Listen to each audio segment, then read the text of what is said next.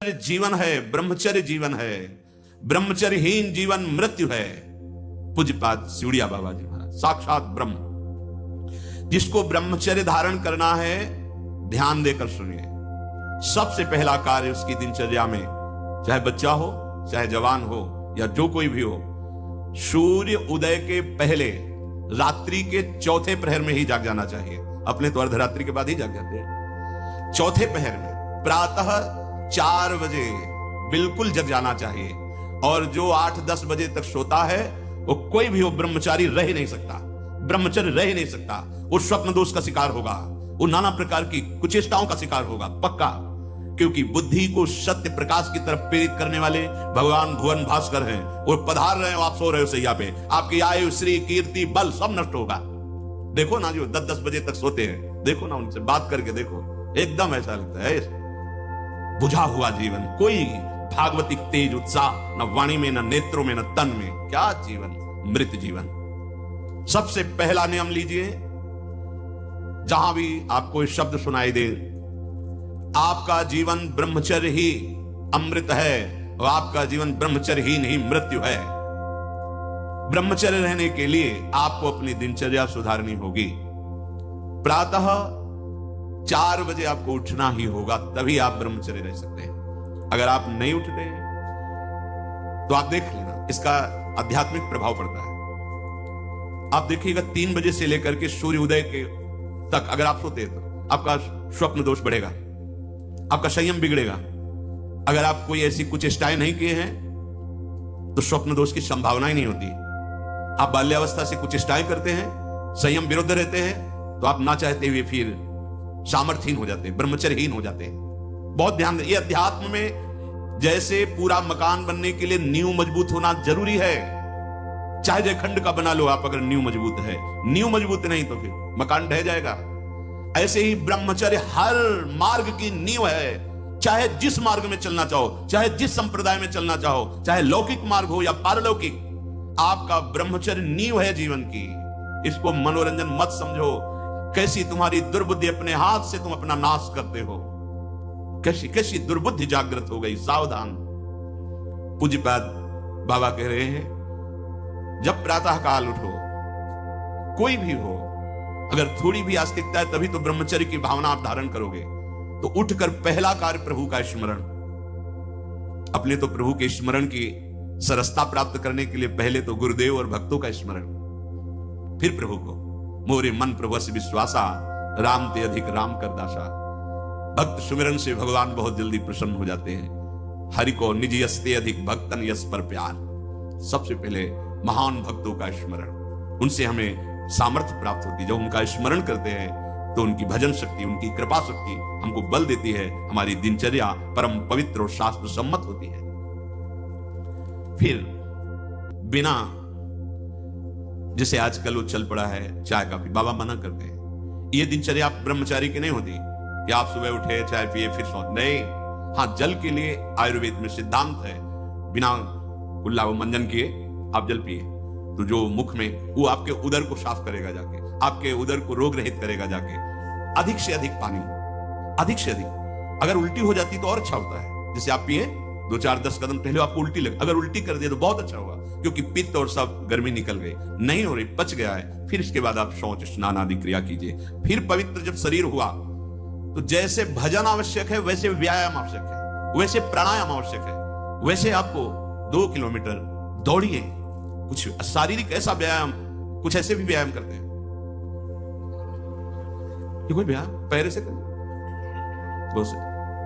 ये कोई व्यायाम का मतलब पसीना निकले शरीर से, आपके शरीर को पसीना। 1-2 किलोमीटर दौड़िए। ब्रह्मचारी बनना है तो ब्रह्मचर्य पचाने के लिए भी तो चाहिए ना। अब आधा घंटा पद्मासन, 30 मिनट कोई बहुत नहीं होता। बैठ करके आप प्राणायाम, अनुलोम विलोम, जो भी, जो आजकल शिक्षाएं भी दी जाती है इसकी, आप उसको कीजिए। आसन पे बैठिए, आपका शरीर स्वस्थ रहेगा। फिर अगर आप विद्यार्थी हैं तो जैसे हम शास्त्र स्वाध्याय करते हैं उसी भावना से आप आप देखो, अगर स्मृति आपकी प्रवीण ना हो तो बताना। परम पवित्र विचार वाला, परम पवित्र आहार वाला, परम पवित्र जब आपकी चेष्टाएं, तब इस महान शक्ति को धारण किया जाता है। ऐसे थोड़ी होता है। बड़े बड़े महापुरुषों से मिल मिलकर, रो रो कर प्रार्थना करके आप बताइए, उपाय बताइए जिससे हम अपने साधन संयम को नियमित संयम में रख सके, ऐसे भाव से चल सके। आपको तो बिना किसी प्रयास के सुनने को मिल रहा है महापुरुषों की बातें। बिल्कुल समझ, आप रह के देखिएगा, एक नवीन उत्साह। और हारिएगा नहीं। आपने यदि गलत संस्कार बना लिए तो हारिए मत। कुछ समय तक बिना चाहे वो अभ्यास आपको गिराएगा, लेकिन आप बिल्कुल नियम संयम में दृढ़ रहिए, धीरे धीरे शांत हो जाएगा। ये आप धीरे धीरे शांत हो जाएगा। अब आपकी दिनचर्या में दो प्रकार के ब्रह्मचर्य, एक आजीवन ब्रह्मचर्य, तो वैरागी का तो आजीवन ब्रह्मचर्य होता है। जो प्रवृत्ति गृहस्थ मार्ग में, उनका संयम का होता है। शास्त्र संयम के अनुसार बर्ताव करे तो उसका जीवन बड़ा सुखमय जाएगा। केवल मन के अनुसार चलने पर कि आप गृहस्थ हैं तो आपके लिए छूट नहीं। देखो, परम ब्रह्मचारी भीष्म जी अपहरण करके स्वयंवर में जीत कर जबरदस्ती राजकुमारी, वो एक राजधर्म है, मैं ले जा रहा हूं राजकुमारियों को महाराज विचित्रवीर के लिए हस्तिनापुर के सिंहासन पर आरूढ़ है, जिसकी ताकत हो छोड़ा। वो राजाओं का है। अंबा ने तो अस्वीकार कर दिया कि या तो आपने अपहरण किया, आप स्वीकार कीजिए, नहीं तो मैं दो जो। अब वो संयम को भूल गए। महाभारत प्रसंग में है, राजा क्षमा रोग हो गया और मृत्यु को प्राप्त हो गए। बहुत सावधानी। ऐसा नहीं कि आप गृहस्थ में हो तो आप, ये कोई आपके लिए धर्म नहीं है। धर्म संतानोत्पत्ति, भगवान की सृष्टि पूजा के लिए, वो भी संयम भगवत भाव में स्थित रहते हुए। ये मनुष्य जीवन ऐसे बर्बाद करने के लिए नहीं मिला है मनमानी आचरण। यदि सत्संग नहीं सुनते, शास्त्र स्वाध्याय नहीं है, आस्तिकता नहीं है, तो चाहे स्त्री शरीर चाहे पुरुष शरीर हो, पशुता रहती है। क्या जीवन है? वीर, प्राण, मन, इन तीनों का परस्पर घनिष्ठ संबंध है। एक भी स्थिर हो जाए तो तीनों स्थिर हो जाएंगे। ब्रह्मचर्य ठीक, मन एकाग्र और प्राण सूक्ष्म। सूक्ष्म प्राणों के द्वारा ही परम योग को प्राप्त किया जाता है। स्थूल प्राण, बहुत खाना, बहुत चर्बी बढ़ाना, ये साधन हो पाएगा? शांत ऐसे आटा लगा दिया जाए, उड़े ना। श्वास प्रश्वास चल रही, उस आटे पर धक्का भी नहीं लगना चाहिए, तब समझना चाहिए कि प्राणवायु सूक्ष्म हो रही। इन बातों का कोई ध्यान ही नहीं हो रहा। बस मनमानी आचरण, बहुत इतना खा लिया और उसी को पचाने में पूरी शक्ति लग गई। भजन और एकाग्रता और इंद्रिय संयम तो बात जाने दो, इतना पा लिया। वीर, प्राण, मन तीनों का परस्पर घनिष्ठ संबंध है और उपासना में तीनों का बहुत बड़ा योगदान है। प्राण सूक्ष्म। देखो, नाम जब आप श्वास लेते हैं आराम से और नाम चल रहा है, फिर श्वास आराम से, नाम चल रहा है।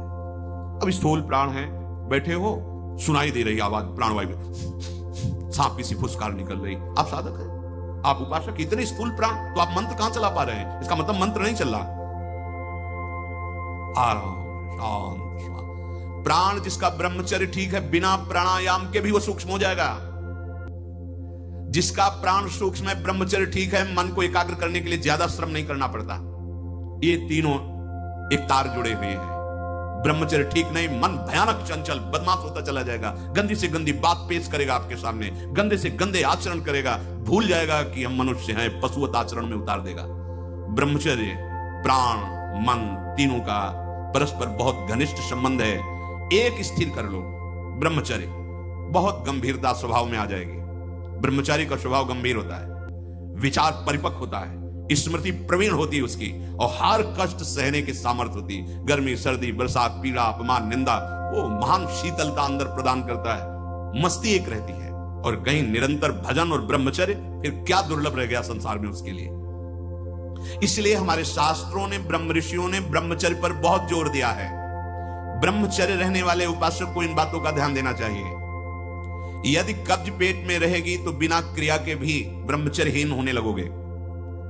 गर्मी बर्दाश्त नहीं ज्यादा, ये जितने नए पदार्थ पाने वाली लोलुपता है, ये सब ब्रह्मचर्य नाश करने वाली है। ये जो आप जिसे पिज्जा कहते हैं, इसमें जो ऊपर लेप लगाए जाते हैं, जो बनता है वो गरिष्ठ है, बहुत गरिष्ठ है। पाचन तंत्रों पर भारी प्रभाव बनाकर एक कब्ज बनाने वाली चीजें। आपको ये 32 दांत दिए गए, वो अच्छे चबा चबा के लुगदी में थोड़ा खाओ, बहुत देर चबा कर स्वाद लेकर के अंदर जब किया तो जो मुख में पाचन, यहाँ वो जो थूक आदि निकलते हैं, उससे ऐसे रस होते हैं जो उसको पाचन करते हैं। बहुत संभाल, ये भोजन का बहुत योगदान है। अगर कब्ज हो रही है तो ये अनुभव में लाई हुई वस्तु है, ये ईसबगोल की भूसी और छोटी हरड़। जैसे 1 चम्मच 1.5 चम्मच ईसबगोल की भूसी और अगर आप पहली बार तो आधा चम्मच वो हर छोटी वाली हर मिला लीजिए और 250 ग्राम दूध में पा करके शहद के, वो ऐसा नहीं करेगा कि आपका एकदम पेट साफ कर देगा। 10 दिन 15 दिन लगा, वो धीरे धीरे आपकी आंतों से वो ऐसा, ये सेवन किए, बहुत समय तक सेवन किए, क्योंकि कभी ऐसे जैसे रूखा सूखा मिला, कभी ना मिला तो ऐसे कब्ज की तो ये पास रखते थे, थोड़ा इसबगोल की भूसी और हर, दूध ना मिला तो थोड़ा पानी से ले लिया, थोड़ा कम प्रभाव पड़ेगा, पर वो धीरे धीरे अति ऐसी औषधियां जो आंतों को जाके वो भी नहीं ठीक है, क्योंकि वो सीधे इतनी गर्म होती है, ब्रह्मचर्य का नाश कर देगा। बहुत संयम की आवश्यकता है ब्रह्मचर्य के लिए, तो कब्ज मत होने दीजिए और जल की कमी नहीं होनी चाहिए। 2.5-3 लीटर जल तो होना चाहिए। आपकी जो एसिड बनती है, आपकी आप लघु शंका जो होती है, उससे आपके स्वास्थ्य को लाभ मिलता है। सुबह से शयन तक 2.5-3 लीटर पानी पीना ही चाहिए यदि आप संयम से चलना चाहते हो। मैदा और गरिष्ठ वस्तुएं, चाय और कॉफी ब्रह्मचारी के लिए निषेध है। हम नौजवान बच्चे हैं, चाय और कॉफी भैया काहे को, 60-50 की अवस्था है, शरीर थोड़ा रुग्ण जैसा, तो आप चाय आदि ले लीजिए, आपको चाय की क्या आवश्यकता है। आपका तो ब्रह्मचर्य खुद इतना पावरफुल, चाय और कॉफी तो विघ्न है आपके लिए। बहुत कलयुग का बड़ा भारी प्रभाव है।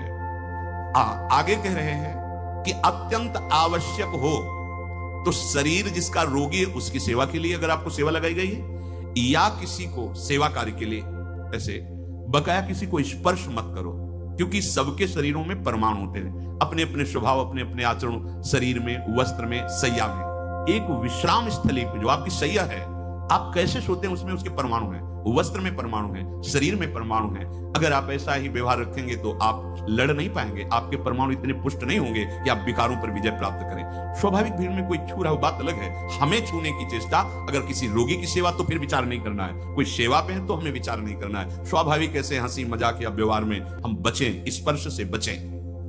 यहां वो छुआछूत वाला स्पर्श नहीं, अपने परमार्थ को पुष्ट करने की बात है। कभी किसी को मजाक में भी अश्लील बातें मत करो, मजाक से भी, जैसे हंसी मजाक में आप ऐसे, उसका प्रभाव पड़ेगा, वो शब्द है, वो आपके अंदर पहुंचेगा, मनन करेगा और फिर वासना जागृत कर देगा। आप कोई ऐसे कपड़े बनावटी मत पहनो, आप अपने शरीर की वेशभूषा ऐसी मत बनाओ, आप ऐसे शौकीनी प्रकट मत करो जिससे तुम्हारा शरीराभिमान पुष्ट हो, इससे काम बढ़ेगा, इससे वासना बढ़ेगी।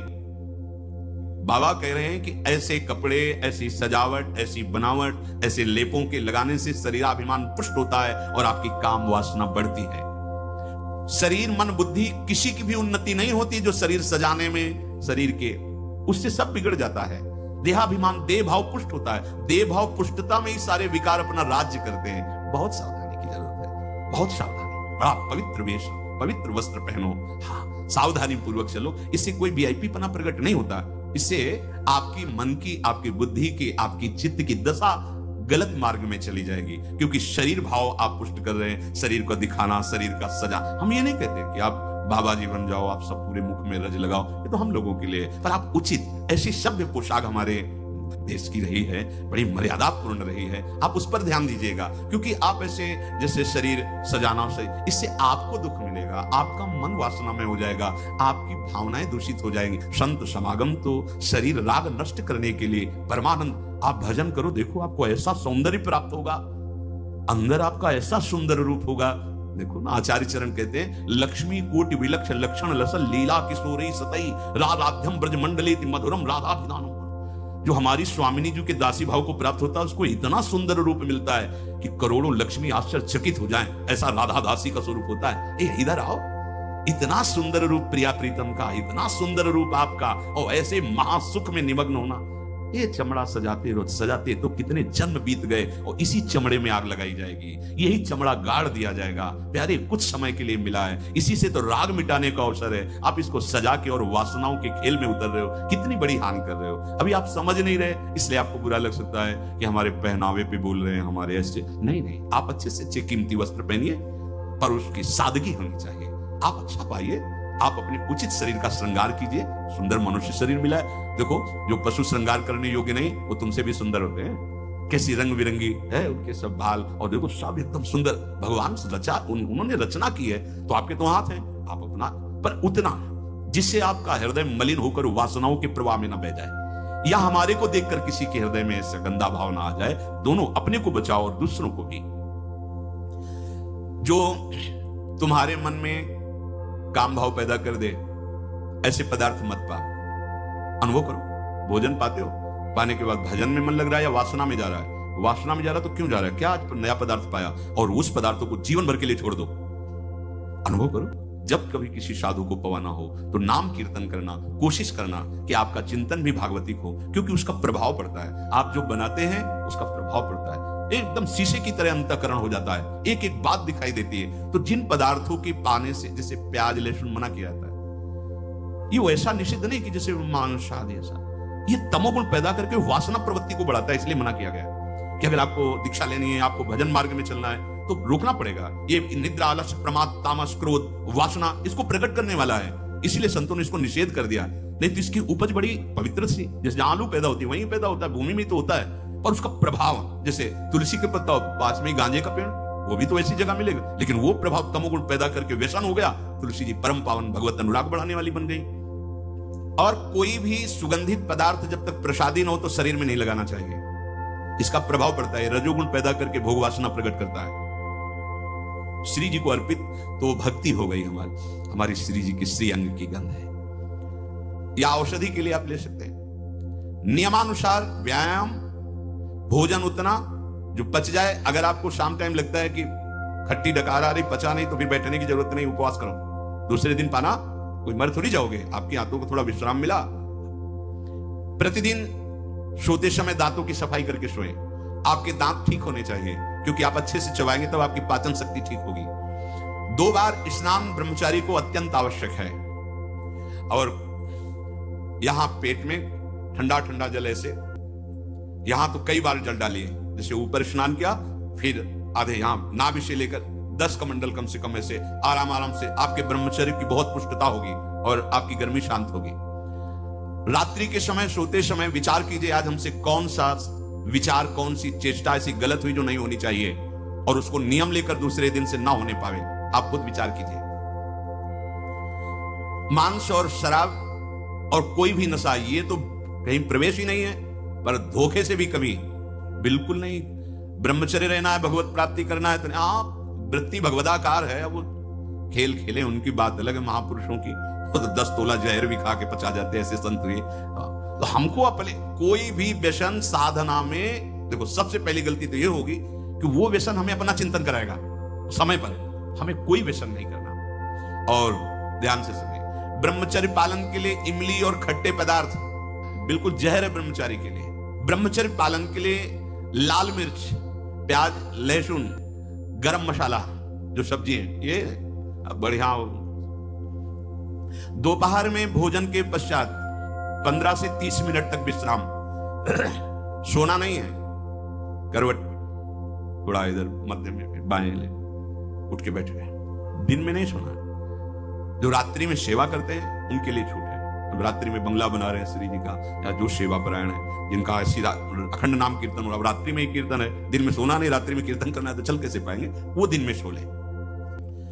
सायंकाल के समय भोजन निषेध है। संध्या का समय हो रहा हो, भोजन निषेध है, शास्त्र स्वाध्याय निषेध है। उस समय कीर्तन, नाम जप आदि। और रात्रि में भोजन पाने के 30 मिनट भ्रमण करें। भोजन पाने के बाद घूमिए, फिर शयन कीजिए, अगर ब्रह्मचर्य रहना है। नहीं सब खा पी के और दूध पी के फिर सो गए, फिर नहीं ठीक रहेगा। दिन में उपासक को कभी नहीं सोना चाहिए। ये छूट उसके लिए जो रात्रि में सेवा परायण है, जगते हैं। यदि रात में आपको जगना पड़े तो अपनी नींद पूरी करने के लिए उससे कम समय में काम चला लीजिए। सोते समय भगवत चिंतन अत्यंत आवश्यक है। यदि आप सोते समय छूट दे दी तो गलत चिंतन उस समय जरूर होगा, और गलत चिंतन हुआ अगर सो भी गए तो धोखा हो जाएगा, और अगर जगते रहे तो धोखा हो जाएगा। सोने के समय ऐसे सावधान रहो जैसे मरने वाला सावधान रहता है कि अब तो मृत्यु आ रही है, राधा राधा, ऐसे सावधान। जब एकांत कर्म में तो बिल्कुल सावधान। उस समय क्या करते हैं हम लोग? असावधान हो जाते हैं, छूट दे देते हैं। अगर मोबाइल है तो मोबाइल में लग गए, नहीं तो चिंतन मनन वो कहीं ना कहीं भटकाव में आ जाएगा। भटकाव में आ जाएगा, आपसे धोखा हो जाएगा। बहुत सावधान, ये बात मान लीजिए। आपका एकांत परम पवित्र और सावधानी पूर्वक होना चाहिए जब तक नींद ना आए। अपने लोगों ने तो यह अभ्यास किया गुरुजनों की आज्ञा से कि जैसे अब दिनचर्या पूर्ण हुई, अब शयन करने जा रहे तो माला लेके बैठ गए। जब तक ऐसे नहीं हुआ तब तक माला नहीं हटानी, बैठे। जब लगा कि अब बस सो ही जाएंगे, कभी कभी माला छाती में रखे ही सो गए, फिर जगह फिर शुरू हो गया। भजन नहीं, अगर भजन उस समय एकांत में नहीं करते तो बकवास है, ब्रह्मचारी नहीं बन सकते। बहुत चंचल मन है, किसी न किसी बहाने से आपको धर्म भ्रष्ट करेगा, ब्रह्मचर्य भ्रष्ट करेगा, बहुत सावधान। उपन्यास, अश्लील पुस्तकें, अब बाबा के समय तो मोबाइल नहीं चला था ना, नहीं तो वो भी लिख देते, ये कभी ना पढ़े, ऐसी कोई बातें ना पढ़े, ऐसे कोई दृश्य ना देखें। ब्रह्मचर्य जो साधना है, इसमें व्यर्थ समय नष्ट करने वाला ब्रह्मचारी नहीं रह सकता। आप अपने कार्य में रत रहिए, कार्य से विलग हैं तो आपका चिंतन ब्रह्मचर्य की पुष्टता के लिए, भगवत चिंतन, महापुरुषों के चरित्रों का चिंतन, इससे आपकी बुद्धि प्रवीण होगी और आपके अंदर जो मनोवासनाएं हैं उनका नाश होगा। फिल्म, सिनेमा, नाटक देखने वाला कभी ब्रह्मचारी बन ही नहीं सकता। अब देख लो भाई, सावधानी पूर्वक। इसलिए ब्रह्मचर्य ये महान साधना की भूमिका है।